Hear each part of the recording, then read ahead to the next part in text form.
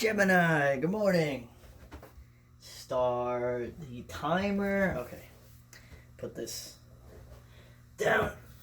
Okay, welcome to your July 2021 monthly reading. My name is Ben, and this reading is intended to be timeless, so whenever you're watching it is when it's going to be meant for you, even if it's not now, even if it's not July, even if it's 17 years from now. It still applies, okay? If you found it. So, okay. 3 of Wands. So, well, alright, we'll just keep that out then. So, 2 things. Either somebody is wanting to give you recognition that you deserve and respect and all that good stuff, or you are waiting to do that to somebody, okay? So, we're going to see. But yeah, so we're going to pull other cards here. So what else was I going to say? That interrupted me. Wait. Okay, yeah.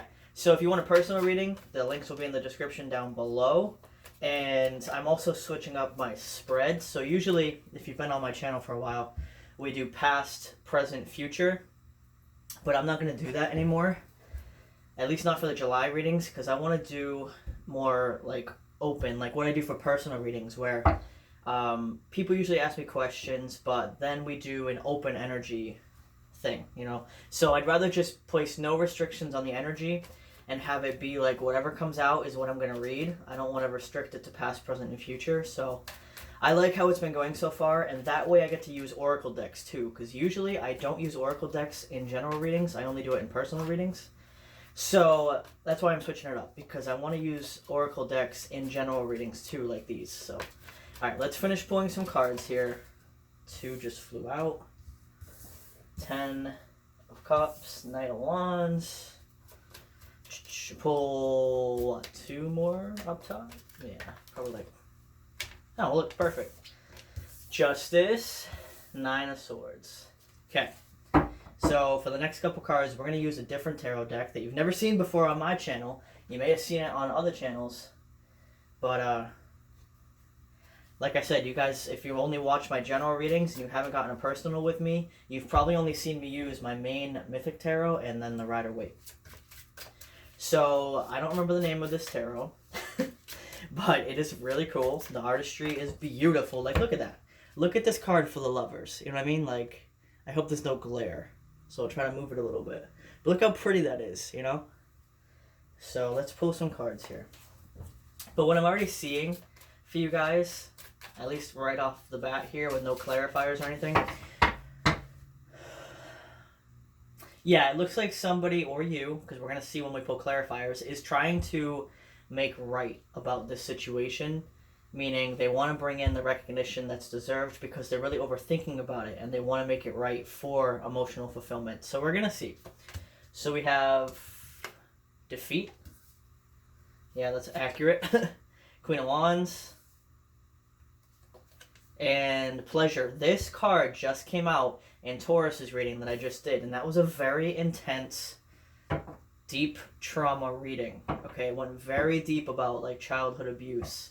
So I put, I think I called it, I almost didn't post this because I almost didn't post it because it was very intense. But I ended up posting it, and then I just said deep trauma warning. So this card did come out in yesterday's reading for Taurus, okay? So if you want to watch that, you can. Just keep in mind it is a very intense, heavy reading, okay? A lot of personal things in there. So, alright, so let's put clarifiers. We're good on this deck for now. So yeah, interesting, because, what were the other, I'm trying to think the other cards that this deck came out with for Taurus. I think it was the Ace of Cups, and I don't remember. But yeah, Taurus, check that reading out if that fits for you for some reason, for whatever reason, honestly. All right, so let's see.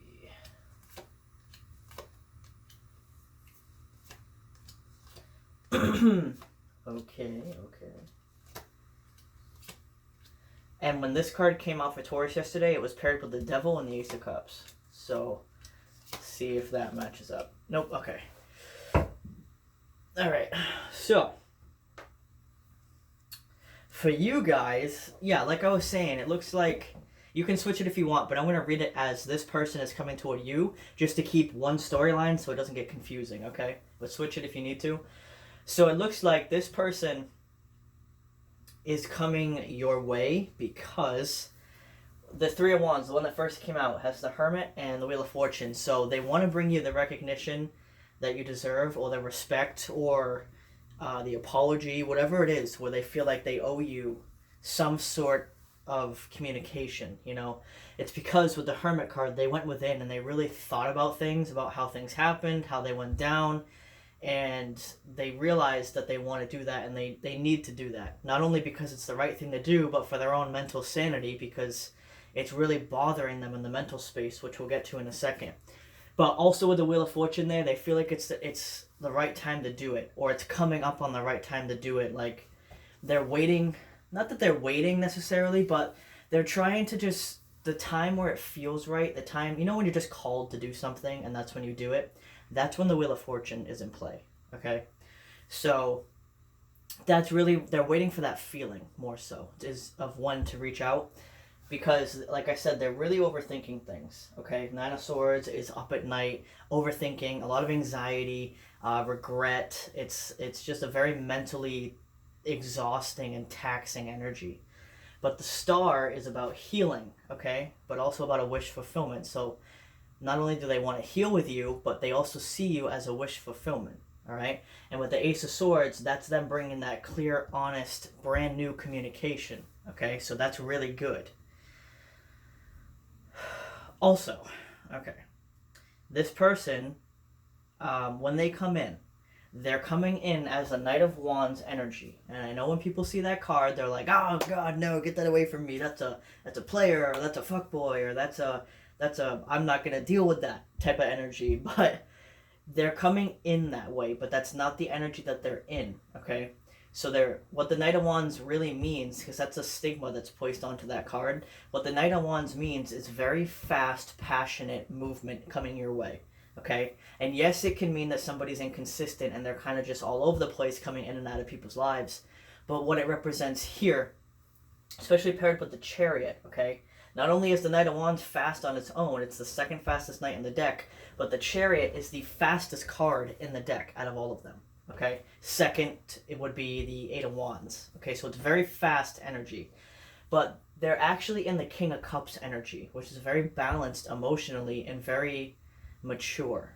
Okay, but the reason they're coming in as the Knight of Wands is because when they suddenly feel like they have this inner calling to do so, they're going to charge at the opportunity. Okay, because that's what they're waiting for. So when they approach you, you're going to be kind of looking at this like, I don't know about this, because this person's coming in quickly out of nowhere, very passionately. I don't know if I can trust this, okay? Because, like I said, that energy can really catch you off guard with the Knight of Wands, and you're not sure how to handle it, right? But they're actually in King of Cups energy. It's just the way that they're approaching you puts you off a little bit, you know? So it's going to put you into this energy. Justice. Okay, so you're going to be feeling like, okay, well, now the ball is in my court and I'm the judge and I get to make this decision, all right?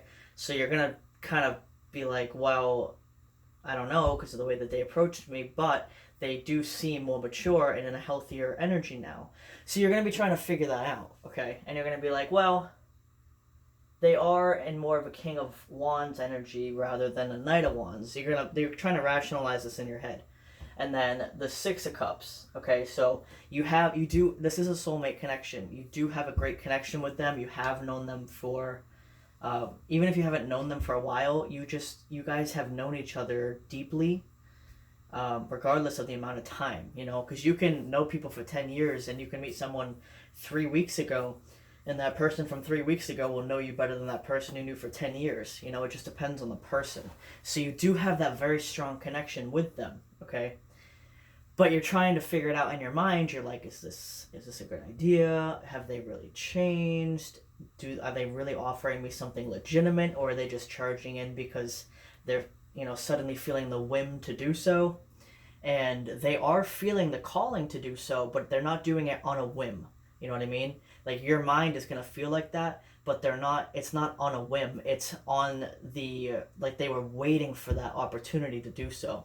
Whereas on a whim, it's kind of like they didn't care either way, but suddenly they felt like it, so they would charge in. That's typically what the Knight of Wands would do. But for them, they were in Hermit energy and King of Cups energy, waiting for the right opportunity. That's why when it came around, or they felt it, they took that initiative and very quickly. Okay, so it's what they're actually doing and how you're perceiving it are two different things, and that's not bad. I understand that. What I'm saying is don't overthink that. Like, don't think that just because they're charging in like this that they're in a toxic, like flighty energy, because that's not what I'm seeing here at all. And then with the Ten of Cups, the Tower, and the Three of Swords. So, Ten of Cups is emotional fulfillment, right? The Tower is a major change. It's a lightning strike, shoots down that tower to break down the old foundation, and then they have to rebuild completely from the ground up. So that's what's going to happen here, okay? If you do decide to, whatever this person is bringing you, whether it's romantic, friend, family, whatever, if it's an apology, if it's just an explanation, if it's communication, whatever they're bringing you, if you do decide to accept it, you're going to have to build back up from the ground with this person. But that's not a bad thing, okay? Because when you break down all the old foundation, that means you're breaking down all the shit that was in that foundation too. You know, the stuff that was no good for it. So now you get to rebuild in a healthy foundation, right? But your concern is the Three of Swords. You're like, there was a lot of emotional pain in this connection, and you're not sure if you want to revisit that. So that is going to be your decision, okay? But now, moving down into this person's energy, all right? Because that's how I'm seeing it down here. They are two things. One, very hopeful that this is going to work out with you and that you guys are going to have a very good ending. And two, they're very nervous, okay? I'll start here. So with the pleasure, this is the Six of Cups, okay? Same card is right here. So with the connection that they feel with you, they really feel like it could be a happily ever after, all right? Even if it's not romantic, if it's just a friend, family, whatever, they want this beautiful connection to last a very long time, you know? Into old age was what they're imagining. But with the Seven of Cups, they're not sure. They're trying to be optimistic, but they're not sure how you are going to react. So they don't know for sure what the outcome would be, but they're really hoping it's going to be this Ten of Pentacles, okay? But like I said, they're very, very nervous because not only this is the Queen of Wands, the Four of Cups, and the Three of Cups, okay? So not only are you a Queen of Wands, but the people around you, whether it be a friend group, family, whatever, the people that support you, that are around you, are also very powerful, okay? Because you're coming across as the Empress and the Queen of Wands, all right? As well as Justice. So you're coming across as a very authoritative, powerful being, okay? And that does not mean female just because these cards are feminine. It's just feminine energy, okay? Whether you're, no matter what gender you are, you can be feminine energy or masculine. So this person is a little intimidated because you're already very strong and powerful on your own, but the people around you are also strong and powerful, right? Because what you are is what you attract, and your vibe attracts your tribe, right? So if you're powerful, you're going to attract powerful people. So they're kind of sitting here like, I don't know if I want to make this move yet, because what if all four of these people, because now there's four people here and there's four cups here, right? They're like, what if I offer it to this one and these three are over here laughing at me? You know what I mean? They're a little intimidated because you and your friend group are very powerful, or you and your family, whatever it is. And also with the Five of Swords here, the Page of Cups and the Empress, they're kind of self-sabotaging themselves, okay? Where they're in their mental space, they're kind of feeling like, what? What? I don't know what she's barking at. Hold on one second. Okay, somebody was here. So, what was I saying? I'll catch my breath. I just ran through the whole house. Alright, so. Oh, I was saying that this person's kind of self-sabotaging because they feel like, what? They feel like if they were to bring this Page of Cups toward you, it would be, you know, just that, just a page, and this cup has a fish in it. Okay? So they kind of feel like, what do I have to offer? You know, they kind of feel like, what's the point of approaching somebody like this, which is an Empress, when I'm just this little Page of Cups, you know, with a fish in my cup? That's not necessarily true about them, but that's how they're feeling. Okay, that's what they're thinking in their mental space, so they're kind of self-sabotaging. So let's pull some Oracle. What do we want to use? I got this cool new deck. I have a lot of new decks, but this one's a circle. Like, look at this shit. I've never seen a circle deck before. It's called Archetypes. I think. Well, I guess we'll take this one then. Oh, there's two. So we have the Storm, similar to the Tower, and then we have the Underworld. Very interesting. Okay, so let's pull one more. We'll do three. Excuse me. Alright. Better out than in, right? Like Shrek says. So we have Venom, or the Venom specifically.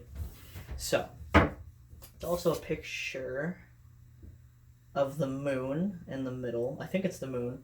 And like a fangs, it looks like a dog mouth biting over the moon. So maybe your person has an interest in werewolves, or they really like wolves in general, or you do. That could be a synchronicity there. But what I'm seeing here, oh, and then on the bottom we have the Unseen, the Siren. Okay, so yeah, your person feels like, it's interesting, they really view themselves as like very low. They feel like venomous, the Underworld with the Storm here. They feel like if they were to come back into your life, it's like they see you so, it's like they put you on a really high pedestal, but they see themselves as very low. That's why they're very unsure about approaching you. And I want to figure out why they feel that way. Let's pull.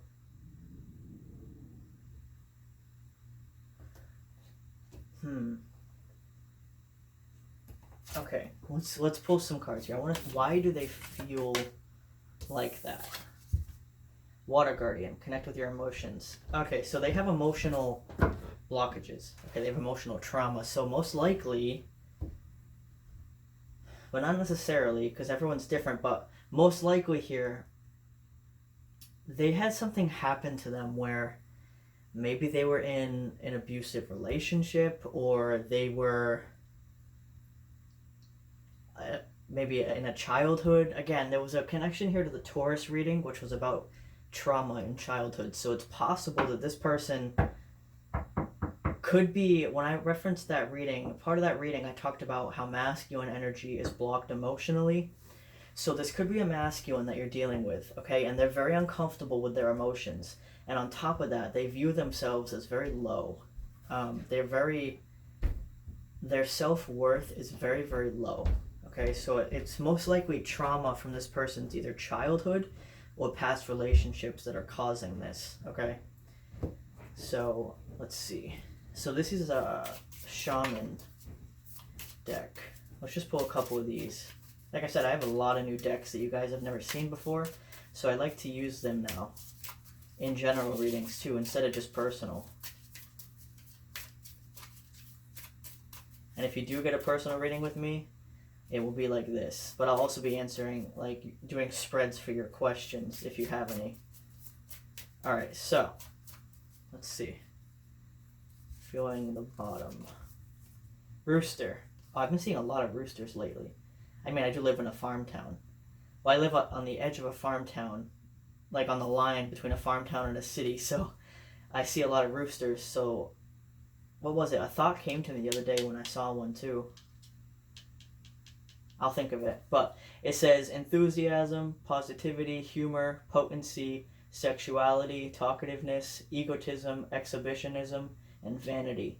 This is a very masculine energy here, okay? So, like I said, you're a person, if you can think about a masculine energy in your life, right? Typically, they're fun to be around. They can be very humorous.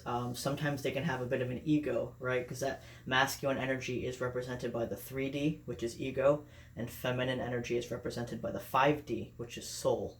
Okay, so it's not going to say it's not their fault, because we all have ego, but masculine energy especially is very susceptible to their ego. Okay. Also, vanity, as well as it says on this card, but also with sexuality here and talkativeness, they can be very suave, you know what I mean? Or very smooth. So maybe with that Knight of Wands energy, because roosters are typically that color, you may be feeling like this person, that's why you're viewing them in that way, because they're a masculine energy. You're like, oh, well, they're just trying to like woo me or impress me or sweet talk me, something like that. But that's not what I see here, because they are coming across as the King of Cups, which is rare for masculine energy unless they're balanced into the Emperor energy. Okay, so they are on their way to the Emperor energy, because typically masculines, like I said, do not like their emotions until they heal themselves and become an Emperor. And you need an Emperor to balance you, because you are the Empress here. Okay, so let's pull some more cards, because I'm having fun using all these different decks. Let's do one I haven't used really lately. One of my new ones. Like, we did this one. I don't think I've used this one yet in a reading. Anyway, I've used it myself. Again, I don't remember the names of a lot of these decks, because a lot of them are new. But if you see the artistry, and I'm sure you'll be able to find it somewhere. Alright. We have beauty. Yeah, this person, like I said, this person views you on such a pedestal. Like, they think you're the most beautiful inside and out person that they know. Good luck. That's a Maine Coon cat. So that might be a synchronicity there. I really like Maine Coons. They're really cool. They're one of the bigger, long-haired cats. There's also a creepy leprechaun on this card. He's real tiny, but he's kind of creepy over the pot of gold. But good luck. That's interesting. One more. And then fertility. Fertility is actually the Empress, okay? Because the Empress is pregnant. I know some people don't know that, but in the traditional tarot, the Empress is pregnant. So it represents the motherly energy, the fertility and the nurturing energy of the Empress. So again, it's confirmation of how they see you, but it's also possible, if this is romantic, they want to get you pregnant, okay? They see you as very fertile, and it's going to sound weird to some people, but for masculine energy, when they view you as very fertile, it really turns them on, okay? Because their masculine energy, whether they're whatever gender, it doesn't matter, male, female, anything in between, it will turn them on, because masculine energy has the desire to fertilize a feminine energy. It doesn't mean physically, like even if they don't have sperm, if they want to fertilize a feminine, they can do that energetically. Okay, so the masculines do have that urge to do that, and the feminine energies have an urge to receive. All right, so it's that giving and receiving. Whether it doesn't matter what gender you are, if you're mostly feminine, you have that desire to receive like that. So even if you're a gay couple or whatever, there's toys for that, or you can even just do that energetically. There's all different ways to do that, right? But what I'm saying is, this person, that's one of their, could even be like a bit of a fetish here. This is not a sexual reading, but it's coming out that way. So this person, not only do they view you in such a great way, but if it is romantic, that they're really interested in this. Okay, maybe you already have kids, maybe they just see you as a very good mother. You would be a very good partner in that way, and that's very attractive to them. And also with good luck here, this is interesting because,